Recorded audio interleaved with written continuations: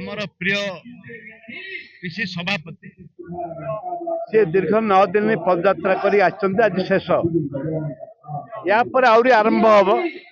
मु आलोचना करिछि एवं दाबी करिछि जे मो भाषण आप शुणुवे जो आदानी अंबानी ठू आरंभ करी उत्कल आलुमिनियम ठू आरंभ करी विभिन्न कोरापुट जिले में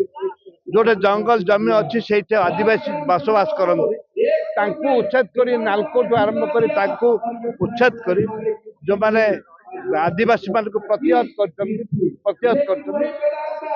पदयात्रा आरंभ अविभक्त कोरापुट जिला आरंभ हम नंदपुर जो आरंभ हम से सरकार हलीजे 2005 मसीह ढिकियावासी प्रति जेपरी अन्याय अत्याचार होती कांग्रेस दल केबे बर्दाश्त करनी करिवार प्रश्न उठुनी जेतेबेले बिजु जनता दल सरकार थिला सेतेबेले विधानसभा 8 दिन 10 दिन लेके विधानसभा बंद करा जायतिला एवं मु ताइले सस्पेंड भी हेतिली एवं राजरास्ता को कांग्रेस एही राजरास्ता रे पब्लिक मीटिंग करथिला यार नुआ जे कांग्रेस केबे सुइकी जाछि सब बेले सर उत्तोलन करिछि जोटे जमीहरा अच्छा जोटे विस्थापित अच्छा जोटे गरीब खटिकिया मजदूर चाषी मान कांग्रेस सब बेले सर उत्तोलन कर।